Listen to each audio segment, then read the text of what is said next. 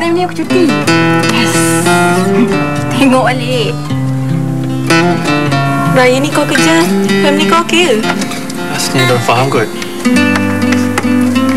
Beb, kau kerja ke Raya kan?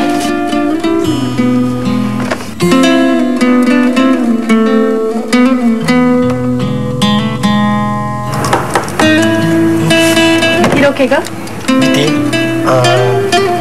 okey.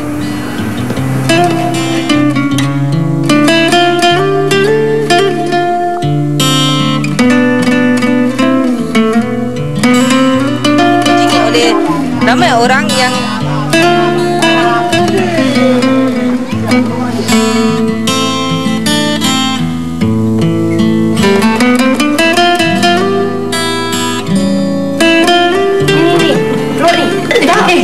Cop.